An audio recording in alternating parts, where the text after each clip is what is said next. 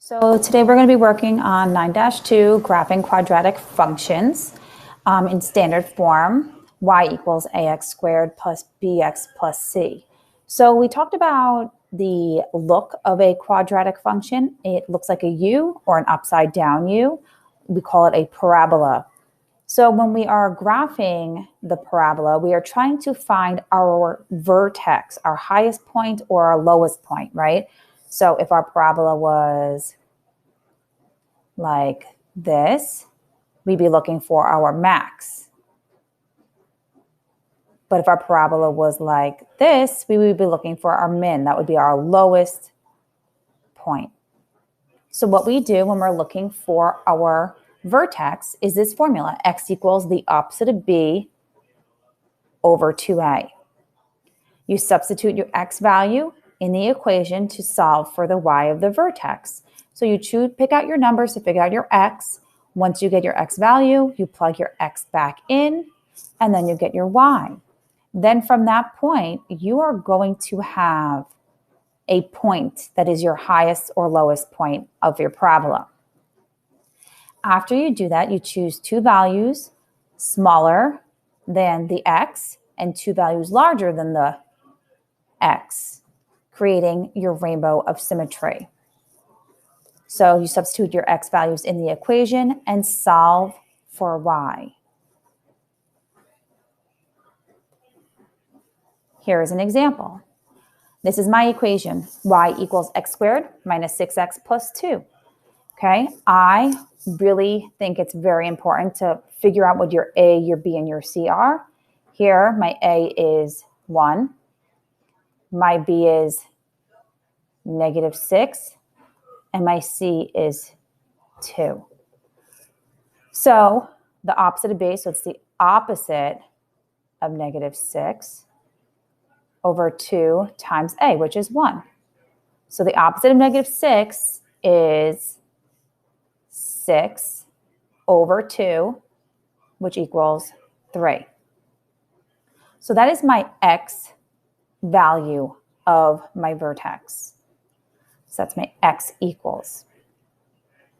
Now I plug my x value in to figure out what my y is. So my y equals 3 squared minus 6 times 3 plus 2. So I plugged 3 in for x in my equation. Put 3 here, put 3 here. So then you could calculate that. So 3 squared minus 6 times 3 plus 2. And I'm going to get negative 7. Okay. And then it said to do two numbers less than your x value and two numbers greater than. So since my x value is 3, I'm going to go 2 to the left and 2 to the right. I always love working with t-charts because all you have to do with each one of these x values is plug it back into your original equation to figure out your y. So 1 squared minus 6 times 1 plus 2 is negative 3. 2 squared minus 6 times 2, plus 2 is negative 6. Now I'm at 4, so I'm going to plug 4 back into my equation. So 4 squared minus 6 times 4 plus 2 is negative 6. And then 5 squared minus 6 times 5 plus 2 is negative 3. When I talk about having a rainbow of symmetry, once you have your vertex, this is my vertex point, your y values should match up. So my 3, negative 7, 3, negative 7, 2, -6, 4, -6. My points aren't really. 1, -3, and 5, -3.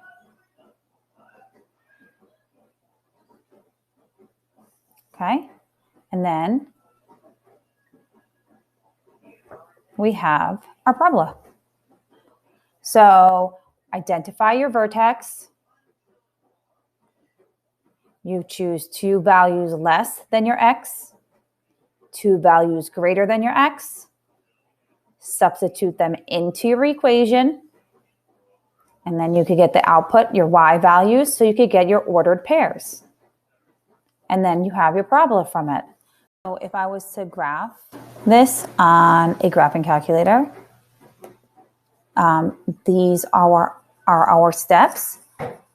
Some of us have the TI-84, which is helpful. Then there's Desmos online. I think we've talked about that before in class. And then I just tried to find an app on my phone that was a good one. And Calculate 84 does look like it is a good graphing calculator app, and it is free of charge. So if you were to be in your graphing calculator, these are the steps that we take. So you go to your y equals, you type the equation in, then you press second trace, and then you type 3 or 4, depending if you're looking for your max or your min. It will say left bound. You move your cursor to the left of your vertex. You press enter. Then you scoot your cursor to the right of your vertex and you press enter. And then you move your cursor as close to the vertex as possible. And you press enter. And now you have your vertex.